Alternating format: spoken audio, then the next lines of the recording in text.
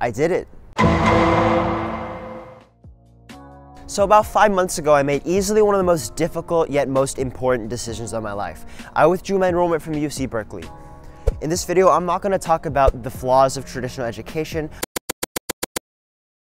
I'm not going to try to tell anyone that you should or shouldn't drop out, and I'm also not going to try to objectively justify my decision to anyone because honestly that'd be kind of pointless. But I really want to just share my honest personal experience with dropping out because I think it is an important discussion to open up, and I hope that at least one person out there might find this valuable. I'm going to talk about what happened leading up to the making of my decision, what's changed since I've dropped out and how it's impacted my life, and what I've been up to and what I might hope to see for me and my career in the near future. So first of all, I think that a lot of people who have known me for a really long time were probably so sure that I would be the absolute last person to do this. Even in high school, I kept talking about how Cal was my dream school, and I was so excited to start college right away that I ended up signing up for my first computer science class, CS 61A, the summer before my freshman year. And once I started, surprisingly, college was amazing. I got like 99% in my first 2 CS classes, I declared my major, I met a lot of cool people, I went out and partied and I felt like I had a social life for once, I jumped into fun new extracurriculars every semester. Overall, the culture shock and the freedom that came with the new college environment was really life-changing for me in a very genuinely good way, and I thought that I had so much to feel good about, at least on paper. So what happened? As you know, life rarely waits for you to be ready for it, and unfortunately, it took me my entire first 2 years of college to really learn this the hard way. Years of various issues that have been building up finally hit their breaking point. This included long-term family issues, like drama, the aftermath of losing family members, having to distance myself from certain people. I felt like I was rushing to finish growing up, figure out financial independence, and basically abandon the entire lifestyle I'd grown used to up to that point, which for me at the time felt like a lot. I also have a chronic skin disorder, and I had a series of severe breakouts, and the constant stinging and itching made it really difficult for me to fall asleep at night or really focus on anything.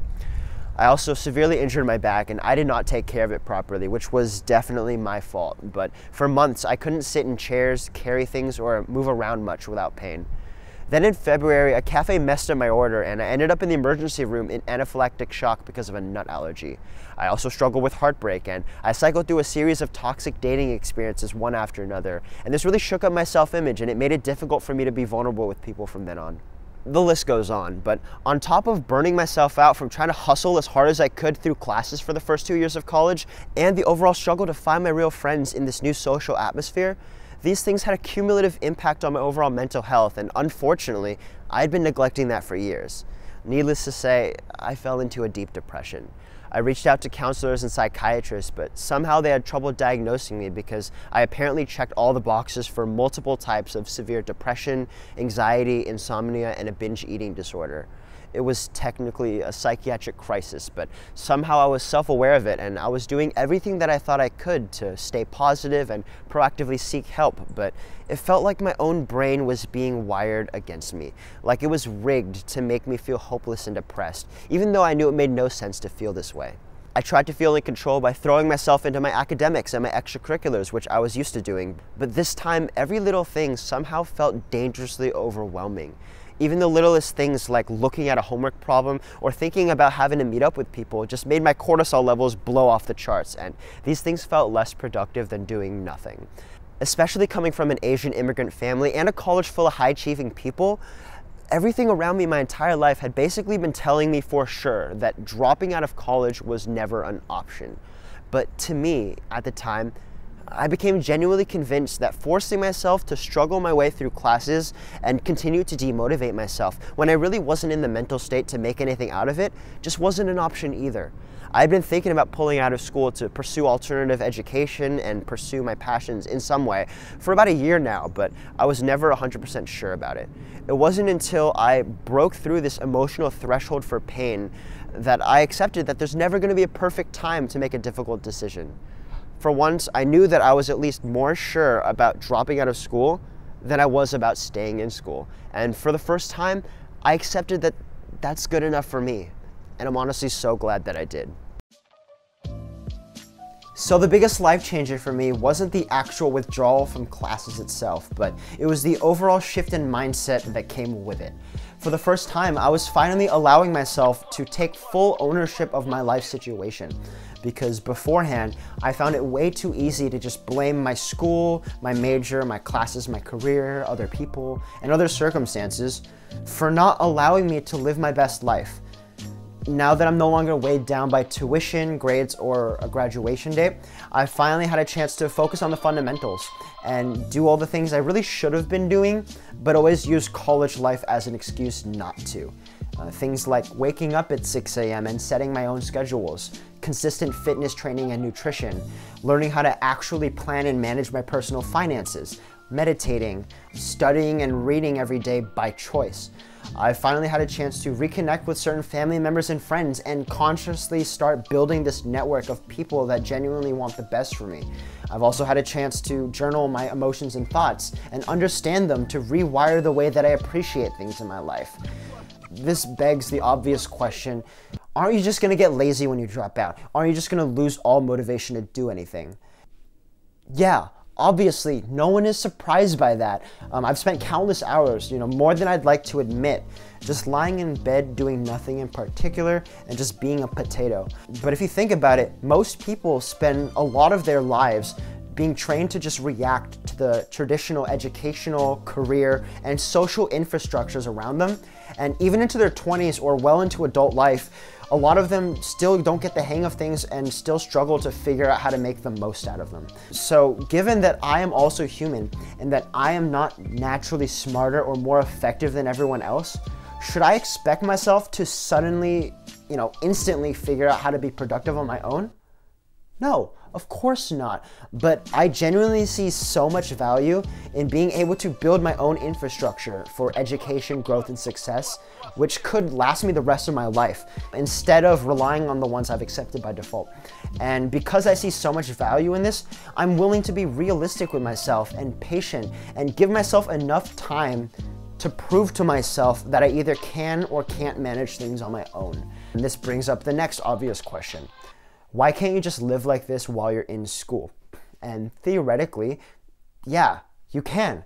But I personally have found it way too easy to fall into this mental trap of measuring my self-worth, my productivity, and my success by a lot of measurements that are just straight up unhelpful, either because they are pretty arbitrary, they are too influenced by other people's expectations, or they're way beyond my control.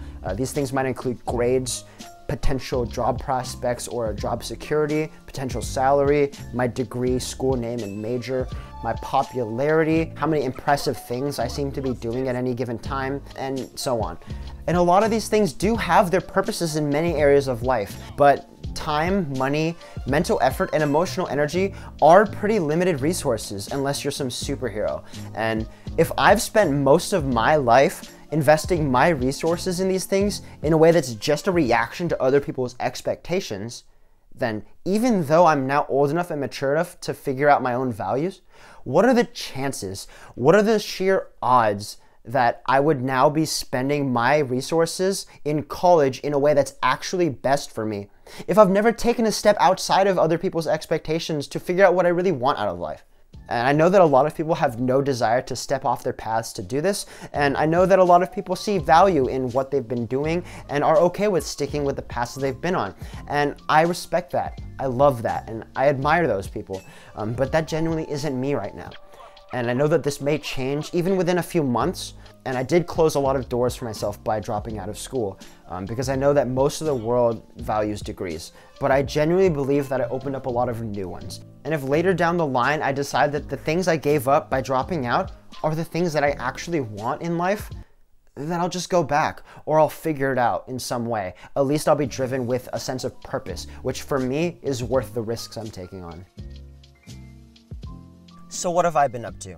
Well, after I finished an internship this past summer, I tried to just focus on myself and learn as much as I possibly could. I finished probably over 20 books by now. I kinda dabbled in a few online courses here and there, not much though, and I spent a lot of time on Google, Quora, and YouTube and other websites like that.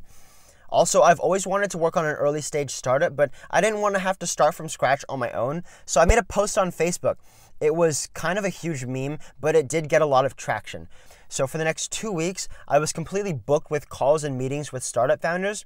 And then for the next few months after that, I was working from home, doing things like designing user experiences and refining business models. And this was a fun lifestyle, not gonna lie, and it covered all my living expenses, but there was no way I was gonna wanna do this for a long time because it was kind of a mess. I've also been spending a lot of time learning the stock market. I was at it for maybe 2 to 7 hours a day at times, and I was a pretty profitable trader for about a year and a half up to this point, but I started to be really inconsistent. I did a bunch of other random fun stuff here and there. I made a string quartet and we played at a wedding. I did some photo shoots with people, and I also have a really bad rap song on Spotify now. Meanwhile, I was also recruiting for software engineering, and once I finally lined up 2 internships that I really like for 2019, I just dropped everything and I went to Thailand. I had no plan and I was there for 3 weeks, and surprisingly, it was amazing. Let me know if you want me to make another video on that. So here we are. For the upcoming year, I'm gonna intern at Lyft from January until April, and then at Facebook from May until August. But then after that, I can't really say. I mean, of course, I'm gonna try to line up a full-time job just in case, and of course I'm gonna re-enroll in school just in case, because it'd be kind of stupid of me not to. And I could talk about what I think or hope I'll be doing by then, but it really would mean nothing because I can't predict the future. And right now, I think it's really important for me to just manage other people's expectations as well as my own, just to protect my own motivation and give myself as much freedom as possible. I'm just gonna put my head down, do my thing, make some memes, and share my journey with you guys along the way. Anyways, thank you so much to everyone that supported me over the years, and thank you even more to everyone that smashed that subscribe button. I'm really grateful for all of the privileges and opportunities that I've been blessed with thus far, and I can't wait to see what the future has in store for us. So yeah. Outro.